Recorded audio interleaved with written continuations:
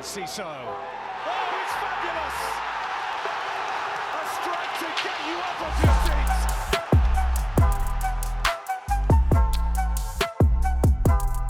seats. Hello, welcome to Seagulls Social season. Well, do you know what? I could actually go against Ben now because he was on the last episode saying this is season 4, Ryan. This is season 4. However, I said this should be season 5. You got the power now. The power's in my hand. Oh my god! I think I've gone now as well. This is just great, isn't it? I think am I even still in this? Mate, honestly, the Wi-Fi in the last episode was so bad that Ben only lasted until I think I asked him about Graham Potter, and then conveniently his Wi-Fi is gone, and now he doesn't want to be seen at all. But before we get into any more mess of Seagulls Social Productions. Convenient. Before we get into any more mess of Seagulls Social Productions, Maz, what about the mess going on in the Brighton space right now as well? Yeah, I mean, it's a great summary, isn't it, of how we are as a club at the moment, to be honest with you, Seagulls Social. So, it's all a bit weird. You know, at one point I thought we had McKenna locked in. It was all going to go down, and then he's done a U-turn. He said he's going to stay. And also the rest of the list doesn't really fill me with much inspiration. And yeah, it's not the best time at the moment. It's a bit of a weird time, not really knowing what's going on. And, you know, like I said, though, I always back the club, so fingers crossed they do pull it out the bag. I'm sure, Ryan, they've got... This is all a ruse. This was all a thing. They were just doing it. It's all a smoke screen. They're just messing about with us, and they've got the best manager available to sign for us tomorrow. So don't worry about it, Ryan. We're just doing this all for a bit of fun, really. I can only hope you're right, and I say that in the most positive sense. As everybody knows, hopefully by now, we are a pretty positive podcast, despite some of the reputation that goes around. And I think on the most part, we are pretty positive. I think definitely I've been very supportive of the club. But this is a very unforeseen circumstance. I think, you know, the last 3 goes, haven't we, with Potter, with De Zerbi, last 2 goes. We've got our first man. We went for De Zerbi, we wanted De Zerbi, got him. We wanted Potter, got him. And this time we're in a little bit of a strange one. But, you know, there was talk all the way through the season. This isn't a new thing. This hasn't just happened out of the blue. There's talk all the way through the season of potential managers that we could be getting. McKenna, company. Farioli obviously came out of the blue a bit more recently. And yeah, I just feel like we're in a bit of a weird one where we haven't got our first man. We are arguably down to 3rd or 4th choice now. If you believe the rumours of interviews, Farioli's had an interview, McKenna's had an interview, and obviously we wanted Vincent Kompany. Maz, where do you sit on it? I mean, I don't particularly blame McKenna. We'll get on to McKenna first, I think, because that is the news recently. Don't particularly blame him for wanting to stay at Ipswich. But do you maybe think it could be one that backfires in his face maybe along the road? Yeah, no, we were chatting, weren't we, off camera about it. And it's like, I think it would have been weird for him to have left, considering he's just done the back-to-back promotions with Ipswich. They've just been promoted for, you know, the first time in a long, long, long time. And for him to jump ship, I don't know what kind of, you know, look that would have been on him. Like, it's not a very good reflection on him. It's a bit of a Dan Ashworth 2.0, to be honest. You know, he's not really staying somewhere long enough to prove whether you can do the job or not. And also as well, he hasn't really proven it in the Premier League as well. That's the other big thing. And it's not me being bitter here. I'm not sat here being bitter because he ultimately... Oh, sorry. He ultimately rejected us. That's not me being bitter at all. It's just the fact that, you know, has he actually proven it at the top level? No. And so for the fact he was being linked with Man United, you know, even us to an extent, I still had a few question marks over him. But look, he's looks like he's about to sign a new contract with Ipswich, and I think that's the best thing he could have done. You know, have a season in the Prem, show what you're all about, and then look at Kompany. He got Burnley relegated, and he's at Bayern Munich now. So, you know, you're probably better off staying with Ipswich, to be honest. So I think he's definitely made the right move in staying with Ipswich, in my opinion. We're living in a modern football trend here of Kompany and Xabi Alonso and, you know, Thiago Motta, Kieran McKenna. You know, these young managers. Everyone's after a young manager. Maresca now at Chelsea. And everyone wants these young 38-year-olds, 39-year-olds, under 40 managers to be different, to be diversive. No one cares about track record anymore. No one cares about what people have won. No one cares about anything like that. It's purely brand and style of play. And to go from, as you say, company at the bottom of the Premier League to then get a job to Bayern Munich, if that was to ever happen in the last 10 years before this year, you would have been like, there's absolutely no way. So I feel like there's a big weird shift in managerial appointments at the moment of no one cares about experience. No one cares about what they've done in the past. It's just about potential. That's a really good observation, Ryan, actually. Like, I haven't actually thought about it like that, and the fact you've now said it out loud, it's actually so true. I feel like a lot of clubs are going down that direction, down that route now, which is good. Do you know what? It's quite refreshing to see that, because look, don't get me wrong, I think in all walks of life you have to show that you can do the job ultimately by being successful, right? That's how the big managers, Pep Guardiola, Klopp, Ancelotti have all proven it. Mourinho, they're all serial winners, and they've proven it at the top level. And I suppose they'll always be coming with a very prestigious reputation. But at the same time, it's quite refreshing to see that these younger managers are getting a chance, like you said, that haven't necessarily won much or proven it, but their style of play is so attractive that clubs are willing to take that punt on them. And really, really interesting to see how Maresca gets on at Chelsea, because with Leicester, he sort of stumbled across the line, didn't he? Like I remember the last 2-3 months with Leicester, he really stumbled across the line. So it's a really interesting one, that Maresca one to Chelsea. Again, it'll be interesting to see how it pans out for him. But if they believe in his philosophy, and like you said, it's more about the style of play nowadays rather than your track record, then maybe he is the right guy, and maybe that's how clubs are now going to approach all their managerial signings in the future. Yeah, it's a strange one, isn't it? It's like I half like it, half don't. And I think I like it for us in the sense of, we're taking on young players, young managers, young coaches. That's great. I love that. Chelsea, on the other hand, getting rid of Pochettino for Maresca seems that was a bizarre. bit extreme. Like there's big, and then there's that. I feel like that is a big one. Obviously, Tuchel for company is up there as well. Yeah. But these are bold decisions. This is, I know this is not a Chelsea podcast, but that's a podcast situation of every Chelsea fan I expect sitting on their social media platforms right now is saying, if this don't go right, that's bad. That's a big red flag. They'll just sack him, mate. That's it. Bring another one. The thing is, though, with Chelsea, it's just a revolving door. Yeah, it's just a revolving door at Chelsea, isn't it? It seems like they're just happy, especially under Bowley at the moment. I feel like they're just relentless about just that turnover. And Poch, I thought in the last 3 months was showing what he can do. And I thought Chelsea's form was brilliant. And obviously they ended up getting Conference League just because of virtue of Man United winning the FA Cup. But I thought they were doing well, to be honest with you. And so it's a weird one at Chelsea. And do you know what, Ryan? I hope it all goes wrong. I hope it all goes Pete Tong with every single thing to do with Chelsea Football Club. So, hopefully Maresca is awful. Well, I just saw a tweet from Andy Naylor, and a year ago today marked Alex McAllister, Levi Colwill, and Moises Caicedo's final games for Brighton. And it's funny when you look back on that season to now, how realistically everything from that great year, everything from that great season, the one that will live in Brighton fans' memories for a long time, but will also probably walk reality of a lot of other fans across the Premier League of how good we actually are gone. Most of them are gone, and that's not just players. That's not through injuries alone. That's actually the manager now, and all of his staff are gone. Everything is pretty in the open. We don't actually know what's going on. I'm sure the club, as you say, have a plan. Yeah. But it's the first time, where I feel like it's a little bit in the dark. And I actually am not quite sure what to expect next. Yeah. Well, I'm sure we're going to get onto it, but I've seen obviously Graham Potter being heavily linked with the return. I think he's now bookies' favourite to make the return now, which... Do you know what? I'm going to speak very plainly. Yeah.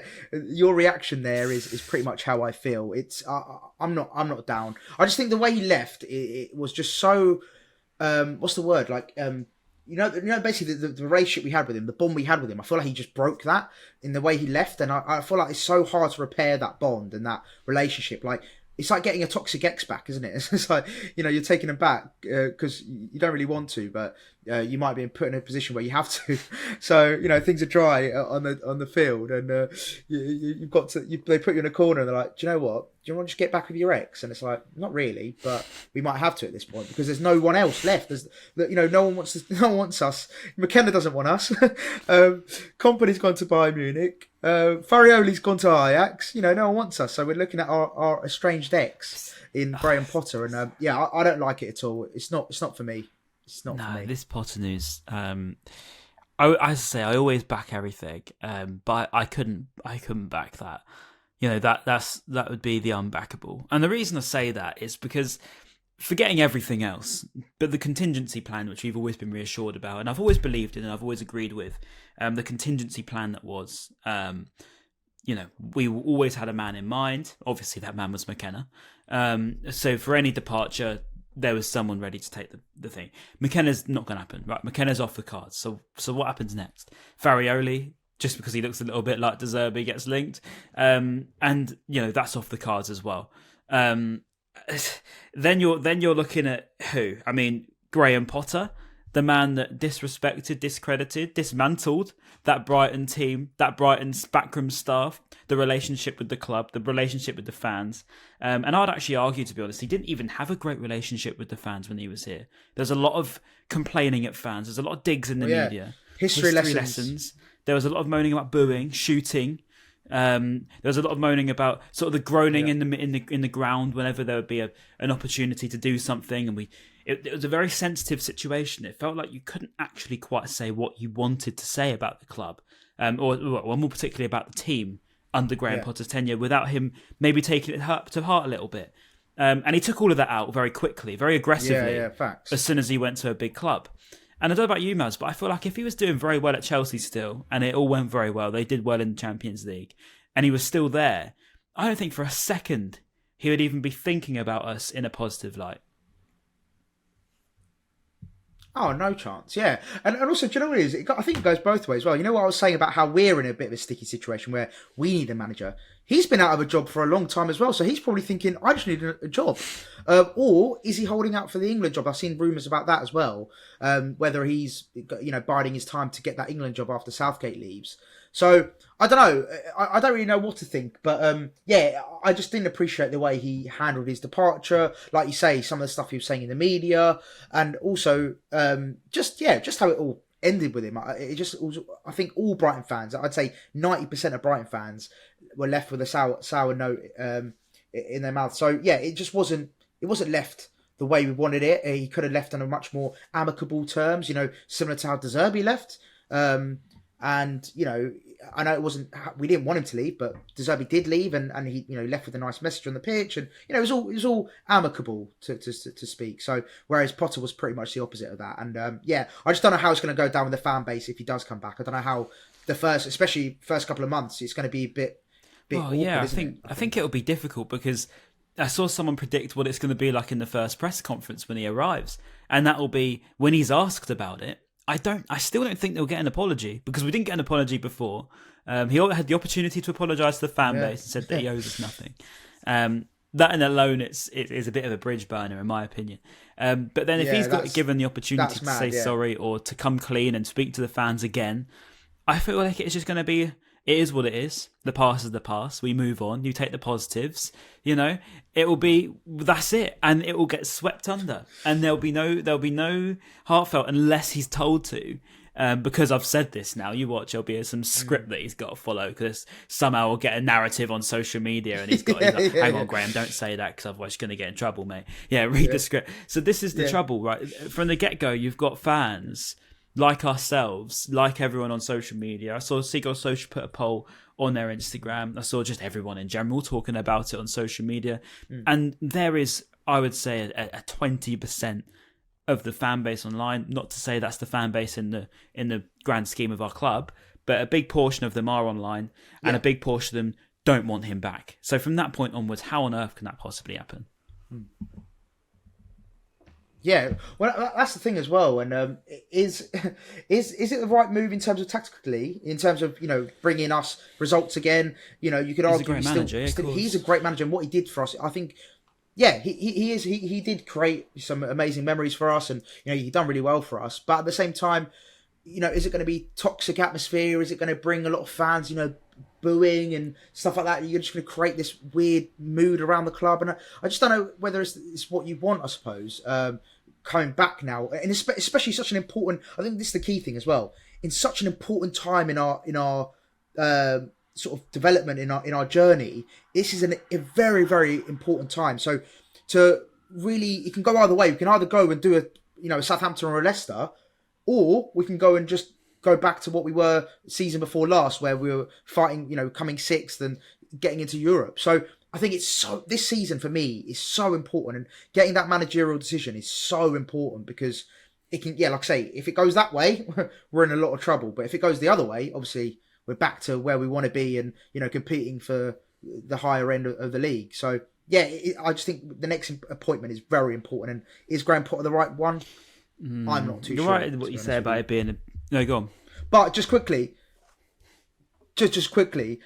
however, though, we are so fickle as fans that if he does start well, and the first couple of months he's getting results, I think we're all going to jump on board and be like, yeah, great to have you back, Graham. So yeah, it all depends on how he comes back, and if he starts delivering straight away, I suppose. What would he have to do you think, to win over fans? I mean, what would Graham Potter have to do in part 2, with all things considered? And don't forget the past, because the past is important. What would he have to do to overcome 100%. that sort of dark period that he tainted over his legacy? That's a great question. And I think what you said earlier about a genuine apology, an actual heartfelt apology, I think that would really help the fans accept that, he's done wrong in certain things that he's done.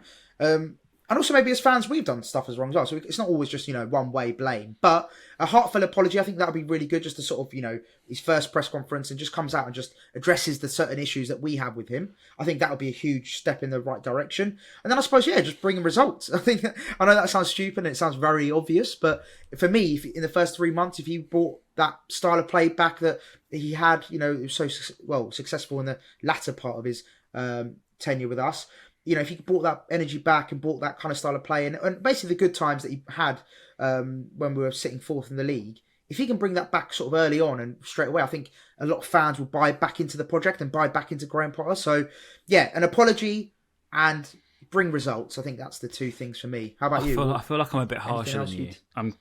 Make him do? Yeah. Would you make him do a dance? Yeah. Do a silly something dance? like that. Silly I'd dance. make him dance his way into the Europa League minimum. Because I think that's where Nice. my aspirations would be. Because I think, under Roberto De Zerbi, I put a lot of this season down to, yes, some very bad decisions, don't get me wrong, but a big part of that's been injuries, and I can't discredit De Zerbi's work when you consider his injury record this season. He's had it very, very difficult. No real replacements for the players he lost as well. He got rid of the two biggest cores. So if you look back on the team that he had and what he was delivering with the best team that he had possible, that was a 6th place finish and a great trip to Europa League. Okay, we crashed out at Rome, but I thought we did a good account of ourselves in that meantime. Potter would have to top that for me. So what that means is that an FA Cup win, is that an FA Cup final. He would have to break history somewhere. He'd have to get further than Europe than Roberto De Zerbi did for me to overcome that thing, because I would find it very difficult for any other way. And I know people will mention the Glenn Murray return. The difference was with Murray was we let him go because we didn't give him a contract. And he always says he didn't understand the rivalry. I'm not quite sure. Listen, I'm not here to talk for Glenn. But anyway, it's not Glenn Murray podcast. He came back. He won us back, didn't he? I think he scored another 56, 53 goals or something like that. Yeah. And fair enough, fired us back to the Premier League and was top scorer for us in the 3 seasons that he played in the Premier League for. So that's fair. He did everything that we needed him to do and more. Potter would need to do that for me to be able to win him over. And then, Ryan, on that, if he does, what kind of time frame would you give him? Because obviously let's just use Ten Hag as an example. He's been at Man United now 2 years and he's won 2 trophies, but people still want him gone. Like, how much of a time frame would you give Graham Potter if you were to take him back? I wouldn't give him anything, but I mean, I'd take him for. I'd have Ten Hag 2 instead months. of him. To be honest, I'd have Roberto De Zerbi. I'd rather we kiss and made up with De Zerbi tomorrow morning than get Graham Potter back. To be honest, I would rather it all just didn't happen. And the idea of it, I know you're asking. No, the I question agree. hypothetically, and I give him the year, I suppose, just to see if he can do what we need. But it's very difficult to say. FA Cup in Europe or you're out. FA Cup or Europe. Yeah. It'd have to be one of the two because you wouldn't want to settle for anything less. And obviously it does depend on the massive summer transfer window as well. But what your point was at the beginning of the podcast was this is a massive summer for us. This is a massive season for us. Obviously the way we ended last season was very difficult. We went through it a little bit. We had some bad results. I think we finished third from bottom, fourth from bottom in terms of the form table. And we played like it at times as well, to be honest. And that does come down to De Zerbi. So what do you think then? Is it to come back from that situation, you've got to spend, fair. You've got to bring in the right appointment, fair. And if that doesn't happen, is that then on the board? Is that then on Bloom, Barber and co for not making them decisions better than they have done so far? Yeah, I think you'd have to look at the board. I suppose they're the ones ultimately making those key decisions. And I said it in the last podcast. I said, I think they've got every decision right along the way. However, it was pointed out by one watcher. I can't remember your name, but you did say that obviously Sami Hyypiä was the anomaly. Which, fair enough. They got it wrong with that one. But since then, they've pretty much got it spot on. So, look, they're not perfect. I don't think any human is perfect, but I'd say 90% of their decisions have been great. So, but to answer your question, Ryan, I think, for sure, if they don't appoint the right person, if they don't invest in the team, because I know it's not been confirmed, but we're pretty confident that one of the big reasons why De Zerbi fell out with Bloom was because of the budget, was because of the amount of money they weren't investing in the team. And, that was a big part of it. So if the next manager comes in and it's the same scenario, then you're going to have to look at Tony Bloom and say, well, mate, you've done it with De Zerbi. Now you've done it with a new manager. It seems to be like you're actually now becoming the problem, which you never were before. So, and I think we do have to spend, we covered this in the last podcast, but we do have to spend at least some kind of amount to start, plugging those gaps that we're missing. The midfield position we said, the right back position, even wingers. These positions that we desperately need to sign. We unfortunately do have to spend a bit of money to get these players in. So I think definitely you'd have to look at Bloom and Barber and the higher echelons of Brighton Hove Albion Football Club if we don't get the results and if we don't get the right manager in and all that kind of stuff. And for sure you have to, because we can't just forever be like, they're amazing, never question them, they're all great, never, they're the best owners in the world. Of course, people aren't perfect and there's going to be flaws and downfalls in a lot of owners, but they've been arguably the best owners in the league up until this point. I agree. I think they've been have been the best owners, to be honest, in the league when you think about it. And I think that's why it's so difficult, isn't it, for us? I think that's the only way that I would question them is Potter. That's the only thing. If they bring Potter back, because it goes against, as I said before, the contingency plan that we've always been reassured about. A contingency plan does not mean going back to someone that we had before. Contingency plan is continuous improvement. That's it's not going back. And even there was an article by Andy Naylor, I believe, from The Athletic back in January last year, where they said that many believe that Roberto De Zerbi is an upgrade on Graham Potter, and most believe that within the club. And most believe that as fans, that quote wasn't and it? Players apparently. So that's come from when Potter's at Chelsea, when De Zerbi was here. Those words are out there. That's not me just making that up. And to then go back from the person that we're saying we upgraded from. Not continuous. That's not continuous at all. Downgrade. There's an interesting part here. I think it was Brightonian, Pursuit of Truth. Sorry if I've said that wrong. On Twitter. And he put a tweet on that he found on The Athletic as well. Towards the end of De Zerbi's reign, there was some unhappy sort of issues in the camp, apparently. It said here, Yeah, I didn't. João Pedro's reaction when De Zerbi spoke to him after he was taken off in the 88th minute away to Bournemouth on April the 28th suggests he was less than impressed that De Zerbi had replaced him with Mark O'Mahony, a 19-year-old striker making his first Premier League start at half-time in that 3-0 defeat. One person had heard them... Sorry, let's try that again. One person heard them shouting in the Brighton dressing room at full-time at Bournemouth, described it as incredible. Not sure if that really means anything. I'm not sure if that's just one of those where they're trying to just make it sound like it was worse than it was to make the club look better for getting rid of him. I'm not sure, but what do you think on that? Yeah, I feel like... Look, let's be honest. Those kind of things happened. They've been happening for years. You know, you had Fergie throwing a boot at Beckham. You've had, you know, the managers had bust ups with other players and stuff. Like, I feel like that's part and parcel of the game. And you know, to have obviously you're going to be frustrated getting subbed off, and especially for a younger player.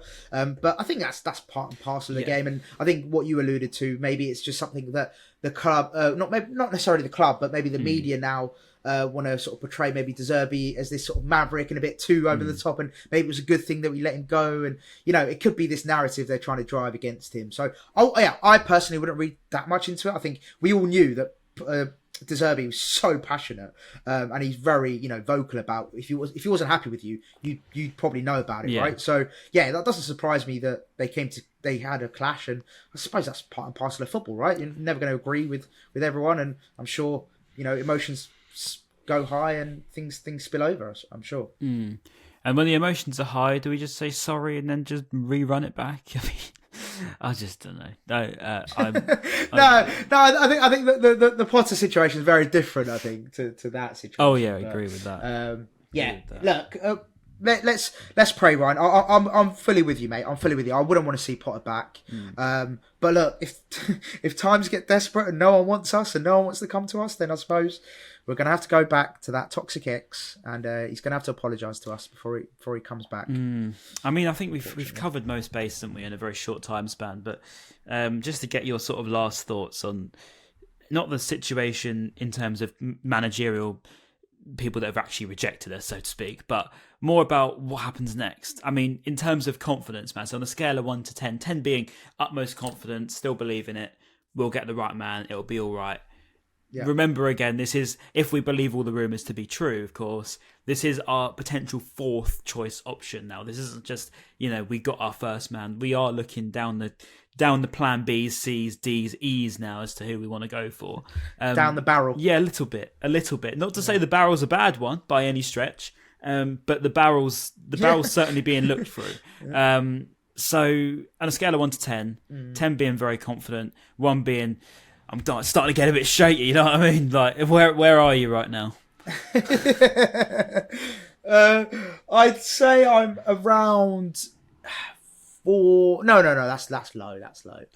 Let's go 6. Because yeah, it's not all doom and gloom, Tony Bloom, but it is not looking good, Brav, because yeah, like you mentioned, our top choices are pretty much gone or not wanted to come, and then it's like now you go down the list, the quality starts to diminish, and you start to sort of scour the market, which there isn't much abundance of talent. I think it's been very evident that the abundance of talent in the managers market is not that high at the moment, apart from obviously let's say like a Poch, but is that realistic? No. Like, I would love Pochettino, but is he realistically going to come to Brighton Hove Albion? Exactly. So you're then having to look at people within your budget and within your actual reach. So yeah, look, I'll go about 5 or 6. That's how I'm feeling right now. I'm not super confident, but I'm not down in the dumps. It's not all doom and gloom. What about you? What are you giving it? Yeah, I'd probably say around a similar sort of score, really. I just wanted to mention one name that was down on the 4th choice, appeared out of nowhere this time last week, in Henrik Rydström, if I'm saying that correctly, the Swedish man from Malmo. I found an article, shout out to BHA Marshall, who sent me this. He does write some good stuff, by the way, so I would suggest giving him a follow. But he's found me an article, which I did actually read all the way through. His sort of style of play is known as chaotic football, beautifully chaotic football. Likes to really go against everything. A name you've never heard of. if you read up on it, it does sound as chaotic as it seems. I mean, he does literally just like to cause chaos, be revolutionism, and just cause mayhem. I think is really what he wants to do. He was a number 8 as a the player Darwin as Núñez well. of the managerial Literally, he's literally the Darwin Núñez on drugs, probably, with a little bit more intelligence, probably than Darwin. No disrespect to Darwin, of course, he might be a really nice guy. Sorry, Darwin. But there's a thing here calling him the innovative coach from Sweden, the new Guardiola. That's back in April. Many see him as a new new Guardiola. A lot of large clubs looking at him, apparently. That's a big statement. That. At Malmo, yeah, I know, it is a very big statement. I mean, listen, they've given us some big people, Sweden. Let's think about it. We've had Zlatan Ibrahimovic, we've got Zara Larsson, the list goes on. But no, I think he's more about positional play. It's a relationism is what his visionary football is called, which I don't really know what that means, but I think that makes it a little bit more Brighton to me. But again, is that the sort of man that's going to realistically come in and bring us Europe straight away by being disruptive, a bit like De Zerbi was? Someone we don't really know, let's face it, we didn't know De Zerbi that well. I don't get me wrong, the step up from the Swedish league, although Potter did it, is a big one. Is that the sort of man you'd be happy to take on? Is a pretty unknown quantity, but one that's willing to just take any risk it takes? Yeah, do you know what? I mean, look, if we were looking at the likes of Russell Martin and a Kieran McKenna, respectfully, they were in a lower league, in terms of standard. So if we were looking at managers like that who had very good philosophical, and again, I'm not diminishing, by the way, Martin and McKenna. I'm just saying that they obviously didn't operate at the highest level, which is what we're in the Premier League. So it's a much bigger step up. So if we were looking at those kind of managers, then why not? Why not this guy? Again, I'm not claiming that I know lots about him, but if he is the next coming of Pep Guardiola, and he does have this incredible approach to football, which we've seen it with De Zerbi, for example. His style of football was great, and his approach to the game was brilliant. So if he's got very similar, style, or just philosophy, shall I say, rather than style, then why not? I'm all for it. If we've done our due diligence and the club have gone and had a look at this guy and said, do you know what, he fits our club, then yeah, I'll back it. I don't see why not. You can't get any worse than Graham Potter, I suppose. So why not? I think it's not as we say about Potter being a bad coach. It's just we just want something different. We don't want to go back. No one wants to go back. Because then that 100% is by definition a backward step. So we don't want that. As much as he would be a good manager again, and I'm sure he would play good football again, we just don't want to go back. We want to keep moving forward. If it is a chaotic man like Rydström, although I highly doubt that is actually going to happen, coming directly from Malmo, but someone of that sort of build perhaps is where I'd be looking. But we'll see. All we can do is speculate. Look, as much as we don't want to give credit, like Glasner came from, was it Lask? I think it was. Yeah, I think he won the Europa League, though, didn't he? Before, did he win the league at? Okay. Was he? I can't even remember. It was a German side. Maybe then. Well, it's gone up my head now, but someone will correct me in the comments. But yeah, I'm pretty sure he won the German. Oh, was it RB Leipzig? Could have been. Was it Leipzig? Brain's gone, to be honest. Yeah. Glasner. Anyway, and maybe my comparison wasn't that great then. But look, where's he been? Oh yeah, he was at Frankfurt. To be fair, Frankfurt, maybe not the best comparison. But I was going to say. Yeah, I was going to say, like, he came from a sort of a lesser side in a more unknown league, and now look at him, he's doing great. But yeah, he's clearly obviously done it at Frankfurt and Wolfsburg, and he's actually operated at a high level. So maybe not the best comparison, but do you know what? Look, like you said, it's probably not going to happen. But if it was to happen, I wouldn't be mad. Let's just put it that way. I'm pretty much in that boat as well. It's there isn't a great deal. Do we feel like the club have made a mistake in this moment in time on the 28th of May about 3 p.m? Do we believe that the club have made a bit of a mistake maybe in getting rid of De Zerbi, just to wrap this up? Yes, I think so. But I have seen a few people say this as well, and I sort of agree with it. Like, I think if we had kept De Zerbi and he wasn't happy and he was saying these things in the media and he was doing these things to sort of, lash out at times and all that kind of stuff, it could have got even worse. Like, it could have gotten even more toxic. So maybe it was the right time to part ways with De Zerbi, as much as we probably didn't want it to happen. And if he's not fully invested in him, he's not fully happy, then you're keeping someone who's just going to be a bit, he's going to show that in his managerial presence, and maybe might not lead the team as he should. He might not do the right for the team as we saw in the last couple of months. I think it was quite clear to see he'd not given up. I don't think that's the right thing to say, but in the last couple of months, he showed that our form it did look a little bit like they gave up. Yeah, true, games. but is that a reflection? Is that a reflection of De Zerbi though? Was he reflecting his personal sort of frustrations onto them? We don't know, but look, I think we did make a mistake. However, if he didn't want to be there, and if Tony Bloom thought it was the right time, then I suppose it was just a natural. It was a good time to do it, I suppose. But I don't want to fully answer this question until we appoint a new manager. I think that's when I can give you a full answer. Yeah, I'm what about you? Do you think we made the wrong decision? I think as it stands, based on who's actually available, that's got a reputable enough name for us to understand. Yes, I think if we got McKenna, I probably would have said, I'll see it out, see what happens, because McKenna was quite an exciting looking manager. But credit to him to an extent of staying at Ipswich, although he has literally become one of the highest paid managers in the league now, so it's not that much of a claim that they've kept him, to be honest. But yes, I do think at the minute it feels like a mistake. It feels like are we sure? Because of what's available to us next. But it's not to say it will be. It's just to say that's what it feels like as of this moment in time right now. Of course, by the time this goes out, there could be a new manager in the fold that we haven't even mentioned today. And I'm sure there probably will be. Exactly. But it's a big week for us. It's a big week for the short-term future of this football club. The next manager is important. The next players are important. The next future is very, very important. So we'll see. But let's just hope that it isn't. And let's hope that I'm very, very, very wrong. That's all I could say. But yeah, Maz, absolute pleasure. Thank you for joining me. Despite not really any good news pleasure to talk as always, about, of course. Looks like Adam Lallana and other news is going to Southampton for one more year.